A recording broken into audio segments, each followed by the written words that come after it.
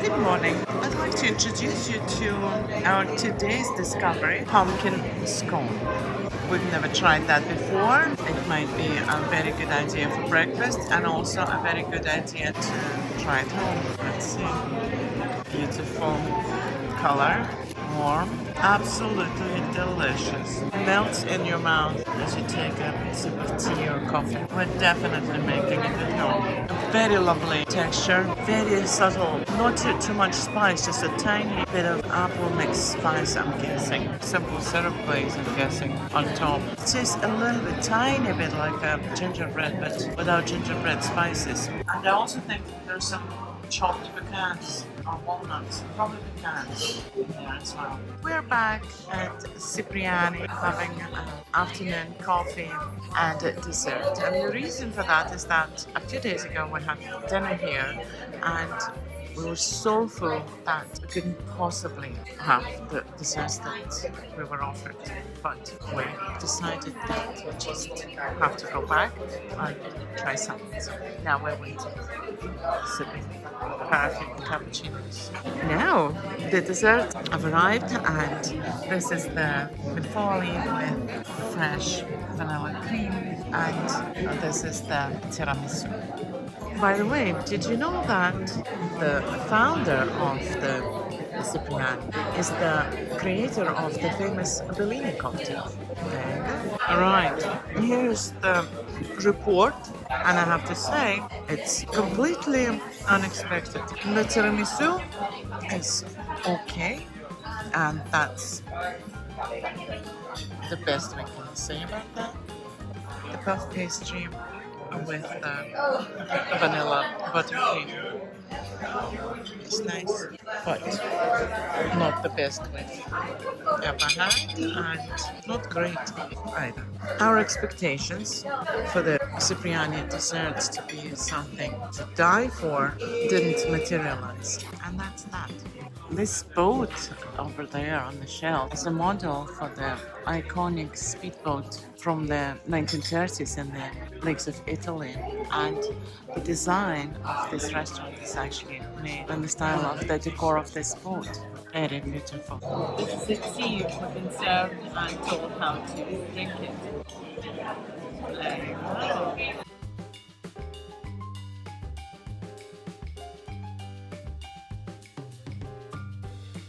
Well, that was worth it, wasn't it? Just moving on. Hi, I'm actually starting filming here in the middle of our second dinner at the incredible Wang Ling restaurant. Why? Because it's that good. It's not only worth to come twice, it's worth to come until you run out of items on the menu and then probably just start from the beginning. That good. So the new dish is called 3-cup sea bass, and this is a slow braised pork belly and hand pulled wok noodles. Right, the sea bass dish is outstanding. Just unfortunately, I don't know the words to describe it. You just have to try it. There's shallots and fresh ginger, some chilies. I didn't catch the name of the wine that they're using, and reduced soy sauce as well. And it's cooked in this very hot cast iron pot, and that's how it was brought in and served. When they just brought it, they poured the wine or the broth in and stirred it together, and that's how it's served. Amazing. And the pork belly literally melts in your mouth. That good. And the hand-pulled noodles, very, very good. Super happy with the dinner. I just found out that a little bit more details about this incredible dish. It's called 3-cup sea bass. 3-cup because there is 3 cups of seasoning in the preparation. So the fish is stir-fried, and then those 3 cups of the seasoning, which are liquid seasoning, are poured in and continue cooking. That's hence the name 3-cup. And now, finally, the star of the show, the dessert that we missed out on last time because we ran out of them. It's a chocolate coconut, and now we're going to find out what's inside this mysterious chocolate coconut. Let me break the shell and we'll see. It's very, very delicate, very tender layer. So it's I don't even know where to begin. Cake or something? No, it's a dessert. It's like some sort of coconut cream and mango puree and some. Oh my god! I need to find out. So we just found out exactly what it is. So it's obviously a chocolate shell. On the bottom there's a banana cake. On top of that is a layer of mango. On top of that is a layer of passion fruit, and then coconut cream. It's just ridiculously good. It really is.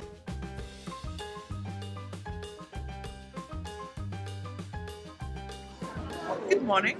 Welcome to our one before last breakfast in Vegas. Today we're having breakfast in a place called Goodies on Demand. We're having an open sandwich with toasted ciabatta and ham and cheese and a sunny side up egg on top and some rocket salad and a breakfast burrito, which is scrambled egg and bacon and cheese, spicy salsa. Also, something we haven't tried yet, apple fritters. Now, the aftermath of this breakfast, it was very good.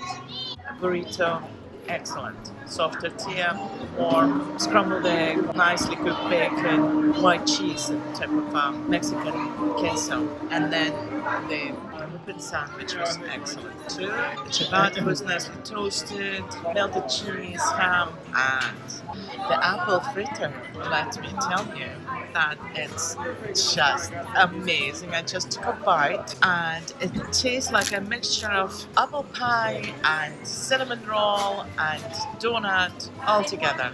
Just really delicious. I forgot to say that I think that this item is definitely going on our list.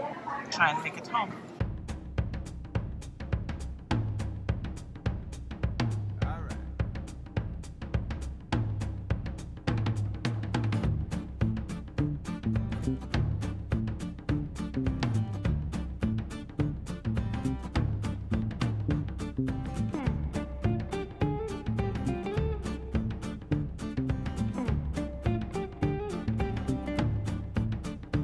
I decided to go for 2 medium coffees, which are very large, I would call them, but anyway, and Bavarian fruit cake and a flourless chocolate cake. Go try it. Come on. Purple fruit, very tasty. I've tried my flourless chocolate cake and I'll be honest completely, it's not what I expected. It reminds me of something I've had before, only not as good a quality. Culinary Haven, we have our own flourless chocolate cake and it's much better than this one, sorry. And this one, it's a Danish puff pastry, plenty of buttercream, fresh fruit and some flaked onions on top. It's nice. Well, it's better than my cake, that's for sure. There you go. That's the start. So eventually we swapped our cakes. That flourless chocolate cake is totally not my taste. Actually, this Bavarian is quite nice, and I was wrong. It's not buttercream. It's some sort of cream cheese filling. Very nice.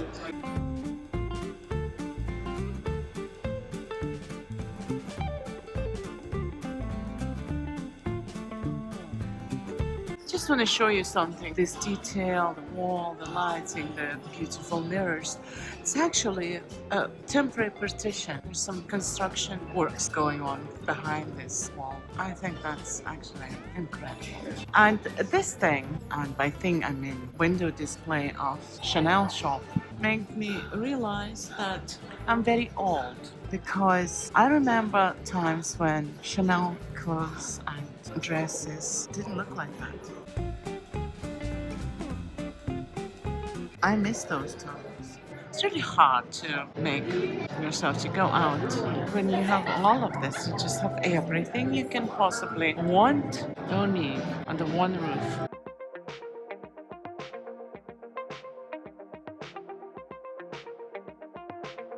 all kinds of shop, there is all kinds of restaurants, and there is a theater, a nightclub, a fitness center, salon, spa, casino, and everything else. And it's all doubled because the hotel, the Wynn, is directly connected to its brother or sister, Encore, which was built a couple of years after the Wynn, with all those things that I've just mentioned as well in it. So we're going to get my hair done in a very interesting place. And why is it interesting? You will see very soon.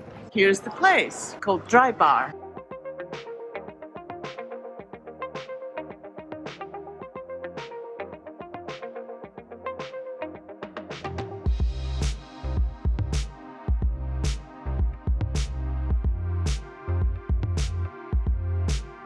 So, got my hair done, looking not bad, ready to dress up and go to farewell dinner. We love you, Las Vegas. Good evening. This is our farewell dinner. We're leaving tomorrow. We picked this restaurant, this Japanese restaurant called Izumi, because we've already been here before and we think that this is the most extraordinary place, and out of all the places that we've been to during this visit, we picked this one. We decided to go for a very special dinner. It's a 6-course dinner called Okasami, which translates to let the chef decide. Chef selection of 6 different dishes, and we're really looking forward to that. We just received our drinks, and for me, it's called cucumber saketini, and for the gentleman, it's old-fashioned cocktail. Cheers. Cheers to the best holiday until the next one. Amen to that. This cucumber saketini cocktail is gin, muddled cucumber, and lime juice. Very simple, but it's delicious. Really, really good.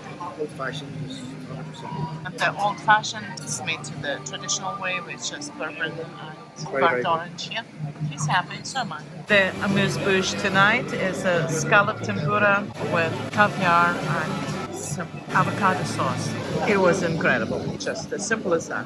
I've never tried tempura scallop. It was amazing. That little luxurious garnish, drop of caviar, very nice touch. And the avocado sauce was actually a sort of a very fine guacamole with shallot and pureed avocado. Very, very good. Our first course has arrived, and it's yellowtail tuna and carpaccio, and then Japanese oyster and crab croquette. We've just cleared the plates of our first course. It was amazing. Fresh, top-class Japanese restaurant fresh. It's just on another level. Incredibly delicious, and a huge thank you to the chef, Devin Hashimoto. And the pairing wine with this first course was champagne.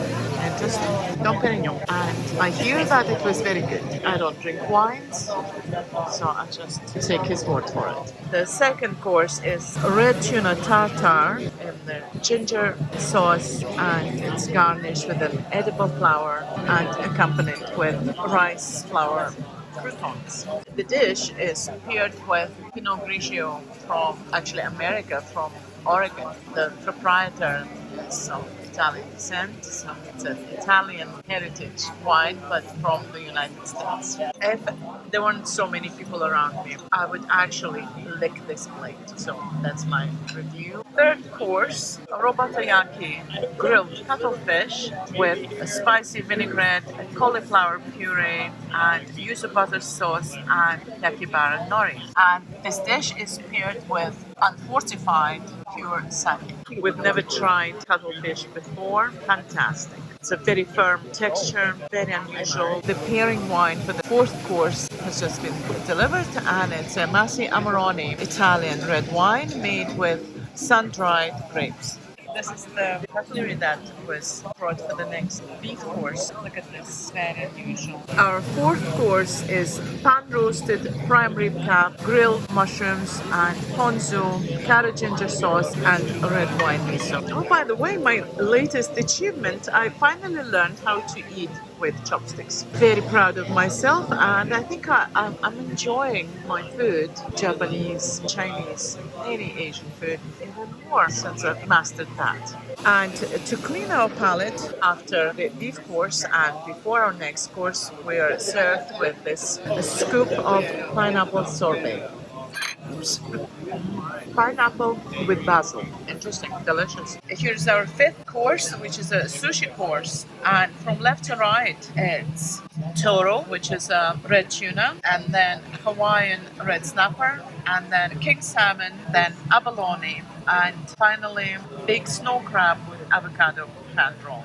And this dish is paired with superior, that's how it was described, sake, which is a little bit stronger than the one before. I was never a big fan of sushi, and now I know why. I've never tried this kind of sushi, this quality of sushi.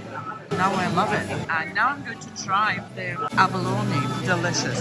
Lastly, the baked snow crab and avocado. I'm just lost for words.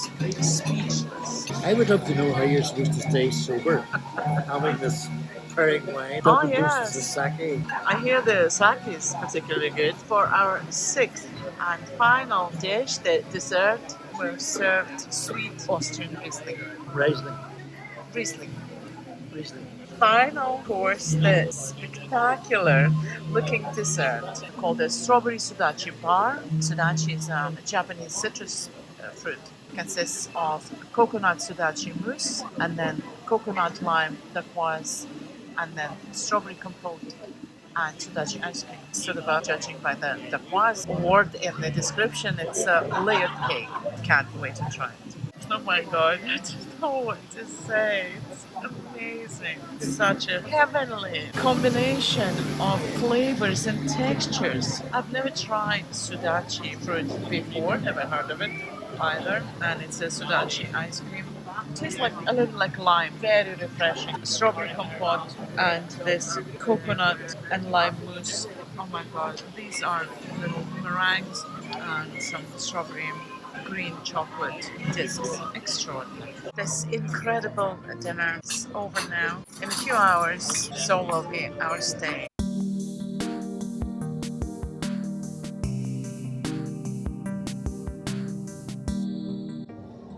This is it. Our stay here has come to an end. We wined and dined and strolled and shopped, and most importantly, we had an absolute ball.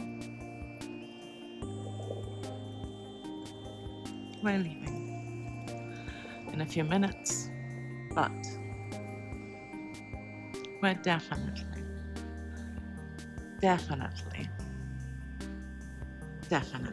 coming back.